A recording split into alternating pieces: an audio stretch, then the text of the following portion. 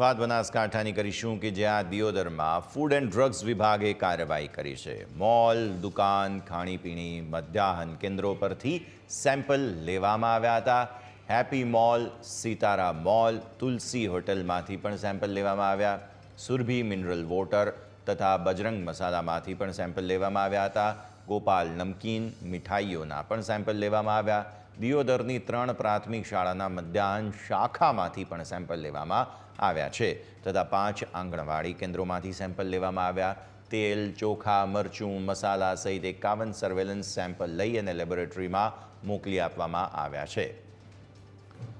તો બનાસકાંઠામાં અત્યારે ફિલહાલ તપાસ શરૂ થઈ છે। સંવાદદાતા રતનસિંહ અત્યારે ફોન લાઈન પર આપણી સાથે। રતનસિંહ, જણાવો, જે રીતે આ સમગ્ર વિગતો સામે આવી રહી છે, તપાસ થઈ છે અત્યાર સુધીમાં કોઈ જગ્યાએ સેમ્પલની વિગતો સામે આવી છે? ये ચોક્કસથી બનાસકાંઠા ફૂડ વિભાગ અત્યારે એક્શન મોડમાં આવ્યું છે। ત્યારે દિયોદર ફૂડ એન્ડ ડ્રગ્સ વિભાગની જે કાર્યવાહી અત્યારે દિયોદરમાં આવેલ મોલ, દુકાનો, ખાણીપીણી અને મધ્યાહન કેન્દ્રો પરથી વિવિધ વસ્તુઓના અત્યારે તો સેમ્પલ લેવામાં આવ્યા છે।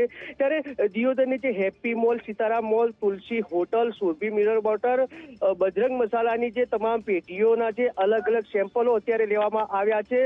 કહી શકાય કે જે અમૂલ ઘી, ગોપાલ નમકીન, મીઠાઈઓના પણ સેમ્પલ લેવાયા છે। ત્યારે દિયોદર તાલુકાની જે ગ્રામીણ વિસ્તારોની જે પ્રાથમિક શાળાઓ તેમજ જે મધ્યાહન શાખા છે, આંગણવાડી કેન્દ્રમાંથી પણ તમામ પ્રકારના જે તેલ, ચોખા સહિત જે મસાલાના 51 જેટલા જે સેમ્પલ લઈને અત્યારે તો લેબોરેટરીમાં મોકલાયા છે। ત્યારે જિલ્લાની ફૂડ વિભાગની ટીમની કાર્યવાહી અને ભેળસેળિયા તત્વો સામે અત્યારે વેપારીઓમાં જે ફફડાટ જોવા મળી રહી છે। કહી શકાય કે વિવિધ પ્રકારના ભેળસેળિયા હોવાથી અત્યારે તો જે જિલ્લાની ફૂડ વિભાગની ટીમ છે તે એક્શન મોડમાં આવી છે। ખૂબ ખૂબ આભાર રતનસિંહ, આપનો અમારા સાથે જોડાવા માટે અને આ સમગ્ર વિગતો માટે।